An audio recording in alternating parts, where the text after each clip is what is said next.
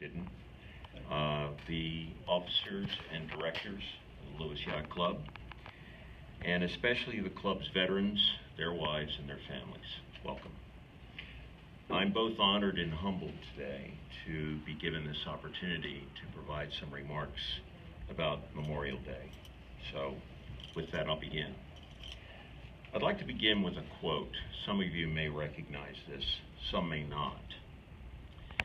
In Flanders fields the poppies blow, between the crosses row on row, that mark our place, and in the sky the larks still bravely singing fly, scarce heard amid the guns below. We're the dead. Short days ago we lived, felt dawn, saw sunset glow, loved and were loved, and now we lie in Flanders fields. That was penned in World War I, around 1915. Those are the first two stanzas of In Flanders Fields. It was written by Lieutenant Colonel John McCrae. He was a Royal Canadian. He was initially commissioned as a field artillery officer in the Royal Canadian Army, and fought and served with those forces, the expeditionary forces, in the Second Boer War in South Africa. After the war, he returned to Canada, and disturbed and appalled with the condition of the field medical facilities, as well as the rather hit and miss medical treatment that the soldiers received during the Boer War, he decided to go to med school.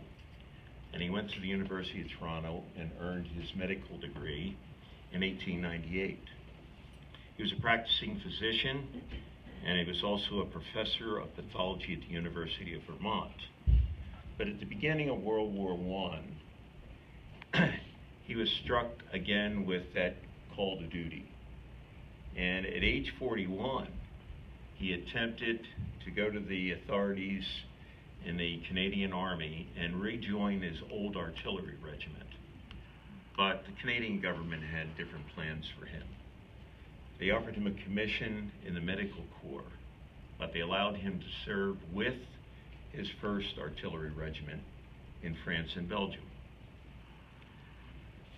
It was probably the horrors and the trials and tribulations of that duty in the war that prompted him to begin writing a little bit about his experiences on the battlefield and at the front. And all through the time he served, he was very, very much concerned about the men and the treatment they got. He was promoted to major in 1915 and served in probably 3 or 4 different Canadian and British field hospitals. But it wasn't until a very good friend of his, Lieutenant Alex Helmer, who was both a friend and comrade from Canada, was killed in an artillery barrage, that he penned the poem In Flanders Field. It was done the day after Helmer was killed. He sat on the tailgate of a field ambulance, and in his grief, he wrote that poem. He also served at Helmer's burial services because the brigade chaplain at that time was called elsewhere to duties. And Helmer was buried in a rough military hospital, or a rough military cemetery that was adjacent to the field hospital.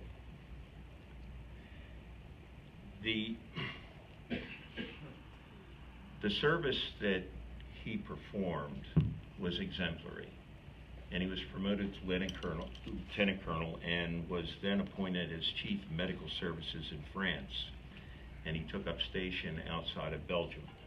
But while he was serving in Belgium, the Germans shelled his unit, and poison gas shells were used during that artillery barrage, and his lungs were damaged as a result. In 1918, he took sick contracted pneumonia and meningitis and died 5 days after that. And he was buried in the military cemetery in Wilmerow, France. The poppies mentioned in the first line of his poem were both common and prodigious in France and Belgium. They often cropped up over the plowed surfaces of military cemeteries in Flanders. They also grew on McCrae's grave. The poppy is a wildflower. Some even call it a flowering weed, but today, some would call it a beacon of the deepest respect and gratitude. Thus, we have this memorable poppy that the American Legion and the Veterans of Foreign Wars give out on Memorial Day, and that's the significance of the poppy. Let's get to some historical background about Memorial Day. Memorial Day in America was not always known as Memorial Day. In its earliest days, it was referred to as Decoration Day, and it was called Decoration Day for many, many years. It was a day where families went to the graves of their fallen, and they would decorate the graves with flowers. The first historically recorded Decoration Day in the United States was in 1861 in a little town called Warrenton, Virginia, and it was a Confederate Army cemetery. Because of the numerous casualties and deaths that were caused by the Civil War, this tradition caught on not only through the South, but also through the North. And Decoration Days were then performed in almost every state, in almost every county during the war years. In May 5th, 1865, General John Logan, Commander-in-Chief of the Grand Army of the United States, issued a proclamation calling for a Decoration Day to be observed annually. Not necessarily where, but to be observed annually. The preferred name for this day of commemoration was gradually changed to Memorial Day by most Americans. But it wasn't until the end of World War II that it was commonly referred to as Memorial Day, and it wasn't really officially recognized and declared Memorial Day until, I don't know whether you believe this, but it was 1967.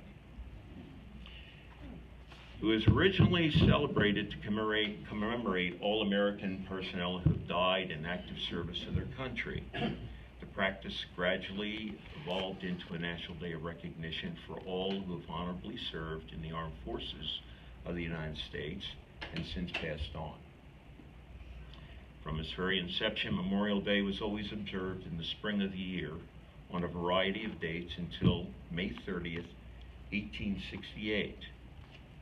That date was decided because at that time, there was no anniversary of a particular battle on that day, and it was also the optimal time for flowers to be in bloom. It wasn't until 1968 when Congress passed the Uniform Monday Holiday Act, and that's a mouthful, but we do have a Uniform Monday Holiday Act, wherein 4 major holidays were moved to include a Monday to accommodate a more convenient 3-day weekend. However, some causes don't survive the element of time, and the presumption that in 1868 that no particular battles ever occurred on the 30th of May would not survive the exigencies of war. There had been more than just a few noteworthy battles that had been fought by the U.S. military on Memorial Day, to wit, the invasion of the Aleutian Islands, the Battle of Anzio, the Battle of Monte Cristo, the Battle of Okinawa, all during World War II, the Battle of Hill Erie in 1952 and the Korean War, the Battle of An Loc, the First Battle of Dong Ha, Operations Hastings, the Battle of Central Highlands, all during Vietnam. And there have been more minor conflicts, skirmishes, and contact with the enemy in both Iraq and Afghanistan on Memorial Day. Regardless of many calendars, Battles are fought by men and women who are there because they believe they can make a difference. They believe in each other, and they believe that their common purpose is right and just. However, battles big or small are costly in both blood and national treasure. Over the past 100 years, and I'm just going back 100 years, America's conflict in World War I, the combat death toll in military personnel that have fought both for and against the United States is conservatively estimated at 53,025,184 deaths. Death toll for American men and women has been estimated at 623,650 souls. These are very sobering figures. The thought of those losses are staggering, but the meaning of their sacrifice must never be forgotten. Thus, we indeed honor our fallen heroes on a day in May, now called Memorial Day. On Memorial Day, our national cemeteries and at other military cemeteries around the world where American soldiers, sailors, Marines, and airmen are laid to rest, a solitary American flag decorates each grave in remembrance of the unselfish sacrifice each have made for a grateful nation. 400,000 fly and wave proudly today in Arlington alone. In closing, I'd like to quote the remainder of John McCrae's poem, and I quote, "Take up our quarrel with the foe. To you from falling hands we throw the torch, be yours to hold it high. If you break faith with us who die, we shall not sleep, though poppies grow in Flanders field."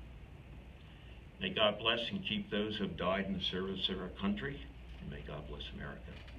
Thank you.